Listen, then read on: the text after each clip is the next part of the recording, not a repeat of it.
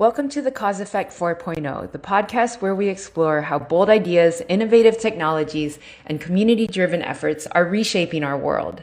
I'm your host, Selena Lee, and this is episode 3. Artificial intelligence has been a part of Tanzania's story for the past 6 or 7 years, shaping conversations in universities, startups, and even government policy. It's an ecosystem that's still young, but one filled with ambition, creativity, and potential to transform key sectors like health and education. But this raises 2 big questions. How do we build a thriving AI ecosystem with limited resources? And how do you ensure that the solutions being built, from applied research to Swahili language models, are inclusive, impactful, and truly designed for local communities? To explore these ideas, I'm joined in studio by Essa Mohamedali, the co-founder of Tanzania AI community, who has been at the heart of building this movement and connecting innovators across East Africa. Welcome to the podcast, Essa. Thank you so much. So you worked on you worn so many hats. I've known you for years. You're the founder of the AI community in Tanzania. You're working with GIZ as an AI advisor. Can you tell us a little bit about the different things that you've been working on? So I've been in the AI ecosystem for about 6 to 7 years now. You were pretty much there at the beginning of it when we met back in the day during some of the hackathons and events Indy was having back in Tanzania. And since then, the journey has been building a AI community of practice in the country that essentially became an ecosystem builder. A nice way of saying we do everything and don't have a specific focus. And what that's led into has been policy work, strategy work, capacity building with different partners and organizations, and even into open source product development. Some of the things we've had the opportunity to work on, Nigeria's AI policy, when they were still doing that before it disappeared and became a strategy, and then working on Tanzania's AI policy framework for the health sector, their AI guidelines for the education, and now most recently their national AI strategy. At this point, there's a draft available on the Ministry of Communication and Information Technology's website that is publicly available to be read. It's not yet approved. Yes, it is currently a draft. It is not yet the final document, at least at time of recording. When this goes live, let's see. But at this point in time, it is a draft strategy. And through the years, then that has led into being more involved in the innovation ecosystem and startup world. And that's led into me getting more into angel investing as well, looking at supporting startups that might be interested in enabling AI or AI startups in the country as well. So when I have the opportunity to invest in some startups, very small ticket sizes, so if you reach out to me for that, please keep that in mind. But we'd love to explore and support startups that want to enable AI in their journey or have already done so. Right. And then over the years, moving from a country level to now a regional level with the EAC's Regional AI Alliance that's looking at increasing collaboration for AI across the 8 countries of the East African community. Because slowly everyone realizes that the development that's required in the technology in the countries is significant enough that the only way to really get there is to make sure that there's rich collaboration and the countries working together and to build on initiatives that have already happened rather than continuing to start new programs and projects. And that's what the Alliance seeks to do, and I've joined to support it as one of their AI advisors. You've been working on the AI strategy in Tanzania. What do you see as the biggest priorities that Tanzania must adopt? What's similar, what's different from its peers in Africa? Sure. So starting at the regional level, because the EAC has a very rich diversity within its member states and countries. For example, we have Kenya at the lead, and then you have countries like South Sudan, which aren't necessarily at the same level as Kenya in terms of adoption, technology, investment, startup ecosystem, and such. And then in the middle, you have countries like Tanzania and Uganda, where they've begun making the steps and the initiatives. And in some ways, they might actually be a little bit ahead, but in other ways, not as much. such as the compute infrastructure, there isn't as much investment in Tanzania. Instead, we're seeing it at micro levels where specific institutions or universities have received funding and support to bring small compute infrastructure in different universities in Zanzibar, in Dodoma, in Dar es Salaam. So there are these micro clusters, maybe we can call them, that are coming in. Realistically, they're more just workstation. Compared to Kenya that has the G42 and Microsoft investment. So we have those kinds of separation of worlds. But if you look at Tanzania's research community, the academic research is quite strong. The output that they bring through institutions like Nelson Mandela, the University of Dodoma, and many others is quite substantial. A lot of that research is applied AI research, and I like to make that distinction very clearly because it is looking at the application of AI within specific domains rather than core AI development in terms of contextualizing models and such. And we'll circle back to that conversation. But that's kind of the major distinction on what's going on within Tanzania.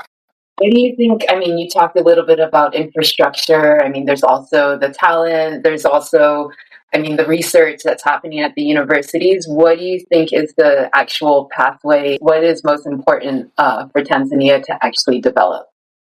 So I have an opinion, and that opinion is that there might be benefit in finding a specialization. Because otherwise we're going to try and invest in everything, and we may not have the resources and the support to be able to do that at the scale that we would want to as quickly as possible. So there's potential to look at specializations in such a way that there is regional collaboration and cohesion that's possible. So by that, what I mean is Kenya is becoming the compute hub. Kigali is very strong in their startup and corporate ecosystem. Tanzania has some foundations in research and innovation, specifically in academic research. And we are seeing similar patterns in Uganda as well. Their research ecosystem is quite strong as well. So what if there can be that kind of doubling down and focus that, okay, we might not excel at everything yet, but let's give our research ecosystem as much support as they need to be able to build strong academic research that can stand at global levels, that can then feed into the startup ecosystem in Kigali, that's where the investors are, or leverage the compute infrastructure that is being set up in Kenya, or work in deployments in other countries.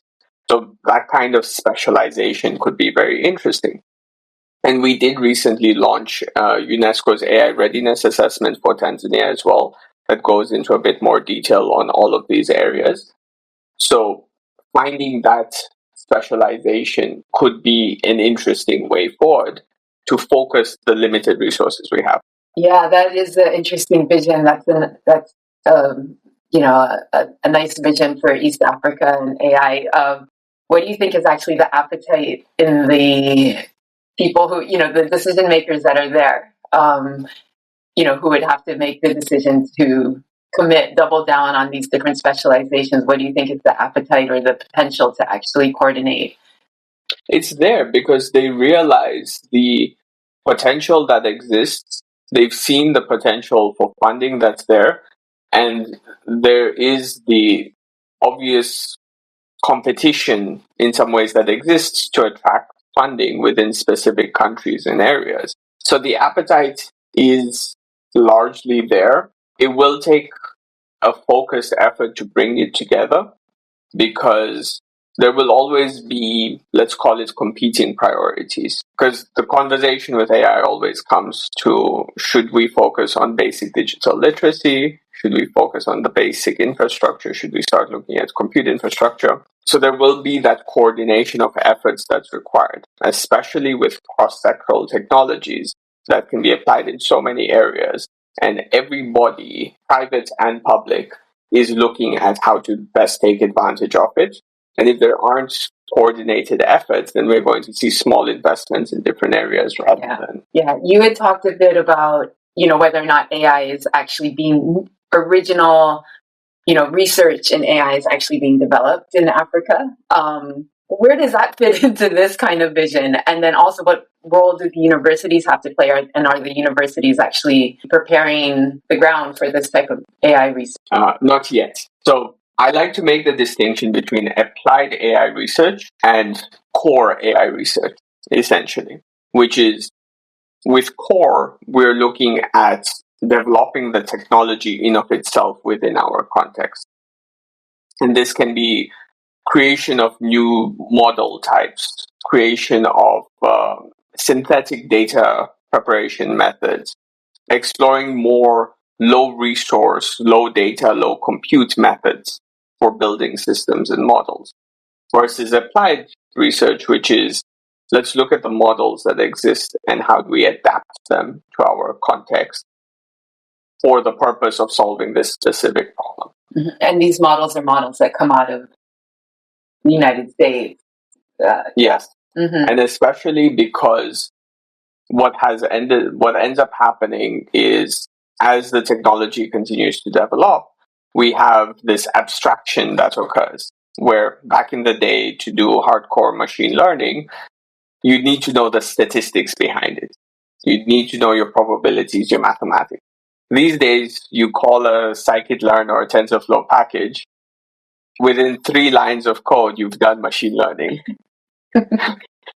So what's actually happening in the background has been abstracted to such a high level that people get into it for the purpose of solving a problem, which is great. It's important. It's necessary.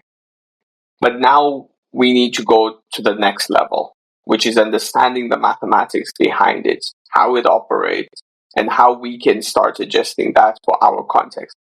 When we're in countries where smartphone penetration is 60%, 70%, we'll insert proper statistics in the description or whatever, but then you're looking at how do we get these tools to rural areas, to disadvantaged communities, because they're the ones who can benefit from them the most.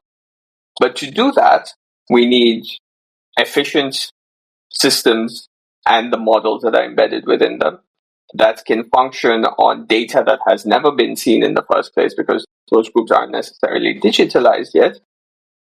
And the types of equipment they have are very low resource. So we're looking at low resource edge optimization, essentially.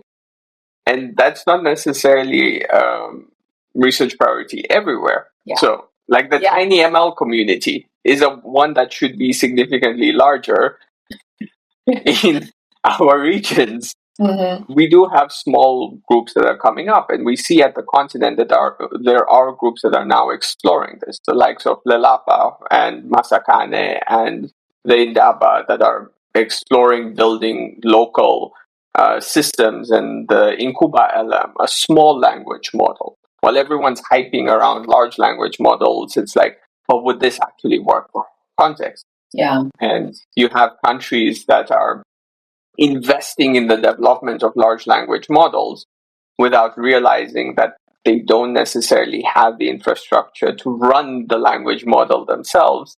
Yeah. So they have to outsource the hosting of the language model to someone else. Mm-hmm. And then we're back in the whole AI colonialism, as it's now being coined. Yeah.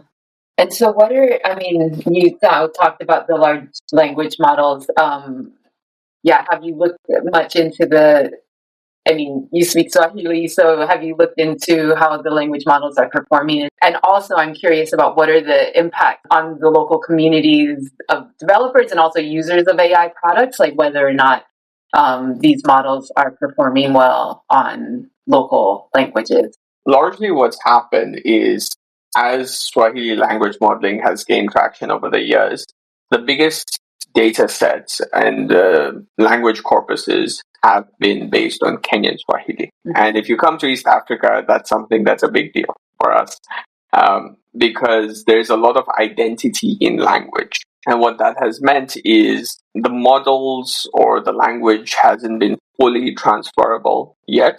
but we are getting to the point where it is becoming more generalized. And what's also happening is there has been more local companies that have started coming up. In Tanzania, we have one called Startify, Dr. Yes. Michael Mollel. I've been working with them. Yes. And they are working on building Swahili language models as well. I believe they've gotten support from Mozilla as well to work on that. And they're looking at small language models.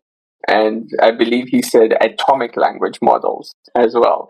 So as small as possible while retaining decent accuracy and such. And that drive has been interesting, but spicy take. I think we're getting to the point where Swahili isn't a low resource language anymore. Really? I think there is, especially if you consider the amount of Swahili data, the unstructured and slang Swahili data that is hosted on social platforms.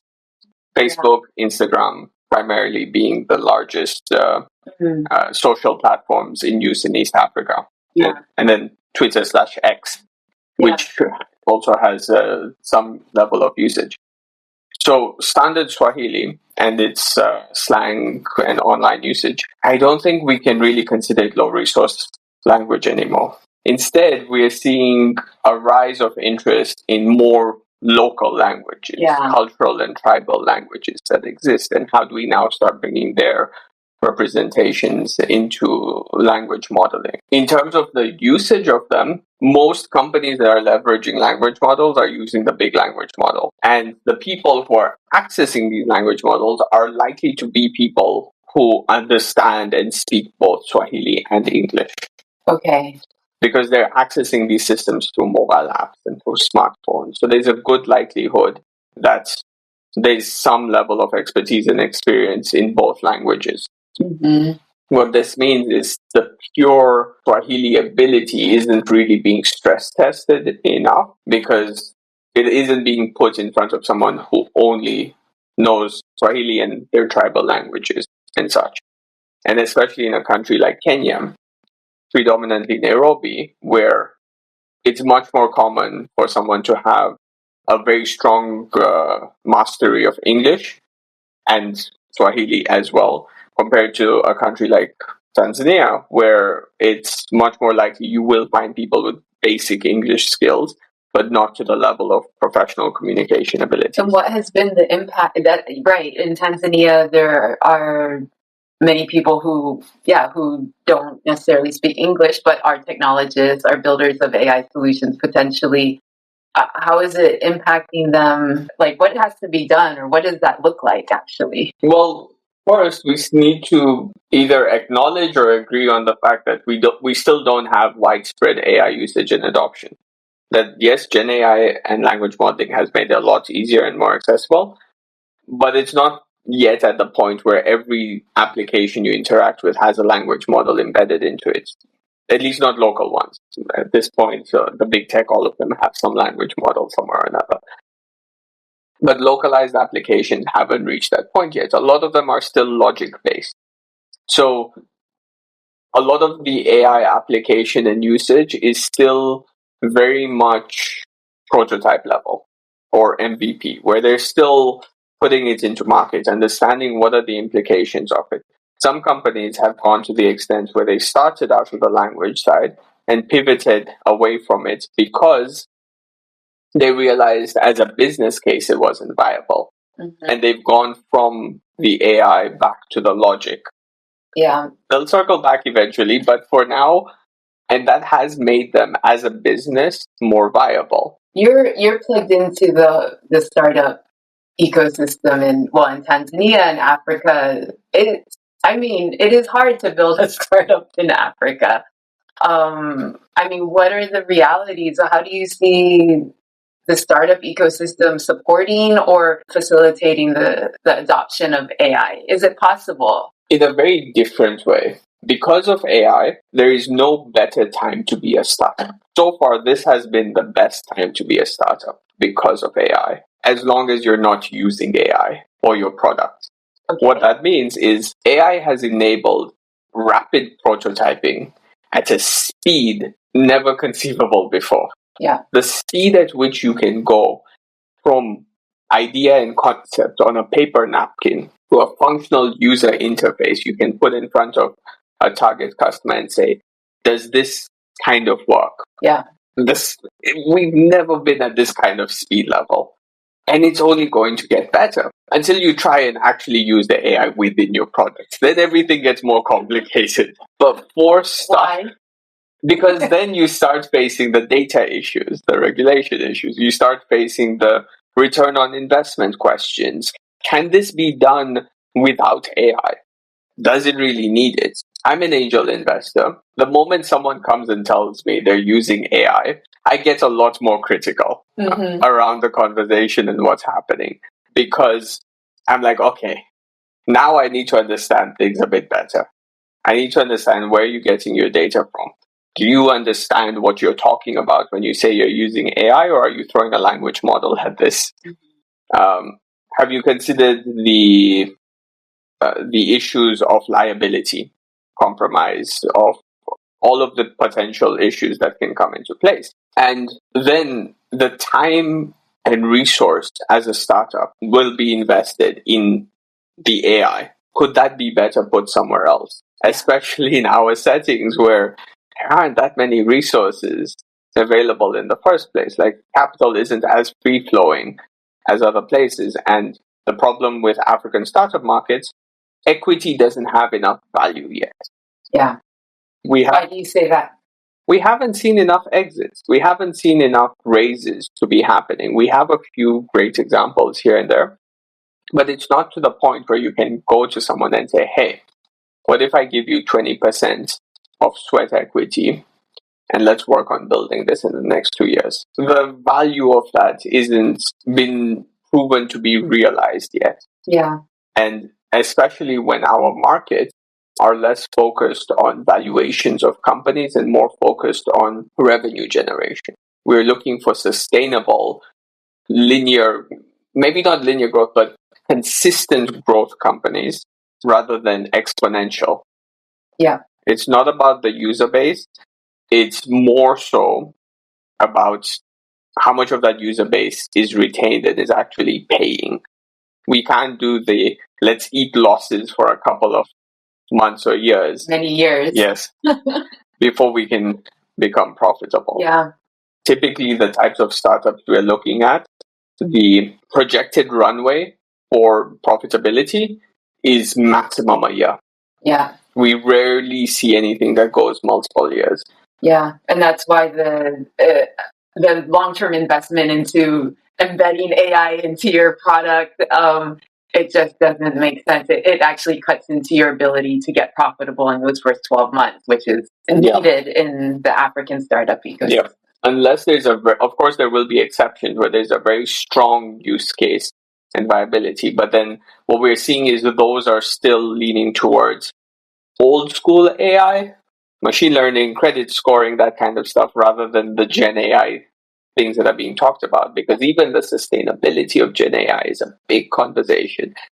And I think we're starting to hit a plateau. A plateau of the rapid growth and hype that exists around AI and Gen AI right now. I think things are starting to cool off. Okay. I think we're getting to that point where the hype has built. Yeah, reality setting in. Yes. And the level of investment and financing that's going to go into AI is going to start cooling off. And we're going to need to see, with all this investment that has happened, what has been the actual returns that have come out of it? What have been the solutions? What have been the impacts? What have been the businesses that have come out of it? Because the costs related to hosting AI systems and models are just significant. Sure, it's a couple of cents for a token, but when you're getting users who are interacting with it multiple times a day. Last I read the report on OpenAI spending, I think this was like 2 years ago, though. They were reported to have been spending $700,000 a day to be able to serve ChatGPT. Of course, these aren't official numbers, but from what we know officially is OpenAI is expected to be in the red for at least till 2027, if not till 2029. And that's despite them making billions in revenue with a capital B. and they're still losing money actively. So the costing is insane. Yeah. And we're going to see some form of stabilization happen with this. And maybe that's the shift that will bring us back to small language models, to hosting, because for now, startups and companies are trying to leverage these existing big systems to be able to deploy, but they haven't yet fully figured out their profitability models as a startup and as a company. Yeah. So they're losing there, but they haven't started earning enough on this side. The name of the podcast is Cause Effect, and what is the cause that you're fighting for, Essa? At the beginning, it was to understand and bring people together. It was community-based. It was bringing the people who are doing the work in a place where they can share what's going on and to work together to do more and to do better. At this point, it's ecosystem building. We realize that community is one portion, but there's so much more going around it. Mm-hmm. And the goal is to be at the point where we can enable those who want to do to be able to do. And that can be in any form. Of course, we're still building the means to be able to do that. But essentially, it is when someone comes to me and tells me, hey, I want to do this, I don't know where to start, I'm able to say, talk to this person. Here's a place with the resources that will give you that. Here's the data. Here's a place that's doing the compute. Here's an opportunity for funding. Here's an angel network that once you go through all this, will be ready to invest. Yeah. And it's largely being able to enable someone to follow what they want to be able to do. What is your vision for AI in Tanzania and in East Africa? Where do you want to see us in 5 years, 10 years? I want to see when you give the right people or when you give the passionate people the access to the resources for them to bring their vision to life, where can they take us? Yeah. That's what I want to see. I don't have a specific vision for the technology, for the ecosystem. I have my own vision of retirement, but the vision... Keep writing those angel checks. The vision is to see what others can enable. One of the things that's really interesting to explore right now is the startups and companies that have already existed and have some form of viable model, business model in place. How can we support them to enable AI? Because if they already have a user base and they're already positively revenue generating and potentially profitable, then it's very likely that they're at a point where they want to scale. And AI is a technology for scale.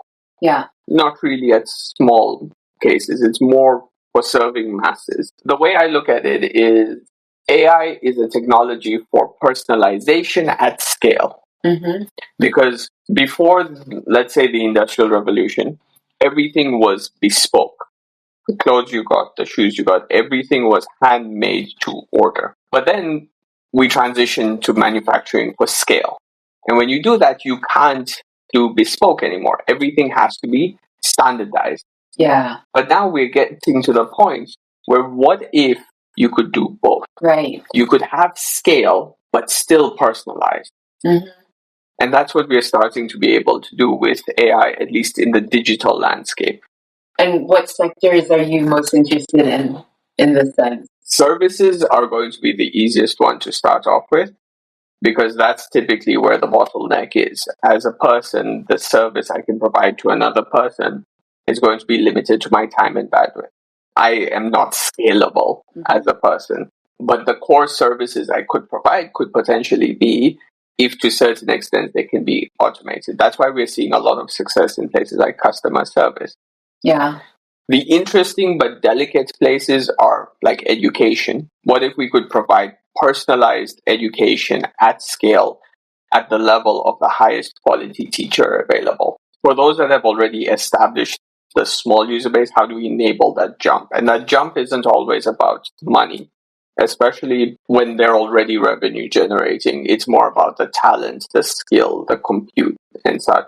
Yeah. And this is where we're playing with the idea of, or one day I want to explore with the idea of like an AI accelerator. That's job is to accelerate a business to enable AI within their life cycle and journey. And that, I think, is going to be the viable way forward for AI, especially once the hype cools off. The difficulty is still the levels of digitalization, because the mode of delivery is digital, but you have a continent that is still working on its digital foundation and infrastructure. So how do we speed up that, and how do we enable the delivery of this through other means that aren't your traditional type of digital, not your apps and your websites? How do we enable this through edge devices and edge compute in ways that still allows us to feed into central points, but is still able to function in low resource settings? Do you have an example?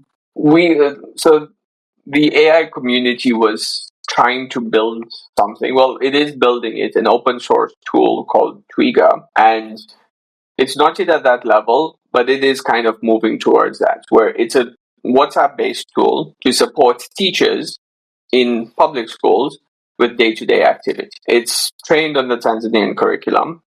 And for now, what it does is help teachers generate assessment questions. So exam questions, tests, assignments, things like that. And it's just a WhatsApp chatbot. It's using Llama right now. And it's using a RAG-based system in the backend to just be like, hey, I want to do a question about this in true or false format. It gives it. So we're like, no new websites, no new apps. We're going to deliver this over WhatsApp because it's more accessible. The teachers are already using it. If you ask the teachers, how many of you use your learning management system? Most have opened it once or twice. That's it. So the reach that we have through that is significantly wider. And that's then later looking at, okay, can we enable this through other formats? SMS is, of course, an interesting one. Edge devices, deploying this kind of system offline. There were a lot of groups that have worked on putting like encyclopedias and Wikipedias on those like mobile hotspot boxes and delivering the digital libraries in a box. And what if we build these kinds of systems on top of that so that it can still be deployed as that device, but the knowledge that's within it becomes a lot more accessible? Yeah. And can start using the knowledge within it to have its own learning component and interactive aspects, where instead of it just being reading, it can start becoming a lot more interactive. Yeah, no, it's very cool. And those are like uniquely Tanzanian or uniquely African innovations that we can't really rely on like Silicon Valley engineers to come up with these ideas. Yeah. There's an interesting one that is happening in India, Korea. And they're doing some really interesting work around involving local small villages in India that typically have very little connectivity to be able to collect language data, but in such a way that those who contributed to the data still own the right to the data. And then that data is then licensed to big tech. Wow. So every time big tech pays for it, if some villager had contributed to it directly into their mobile money account, whatever, they get a deposit of a portion of the license fee. That's a good idea. It's been incredible to talk to you. Thanks so much for taking the time. Happy to. It's always a pleasure talking about all of these topics and many more. And I'm sure we'll continue having a lot of these discussions, and we'll see if I'm right about the hype dying down in the next 2 years. Yeah. Or if I'll eat my words.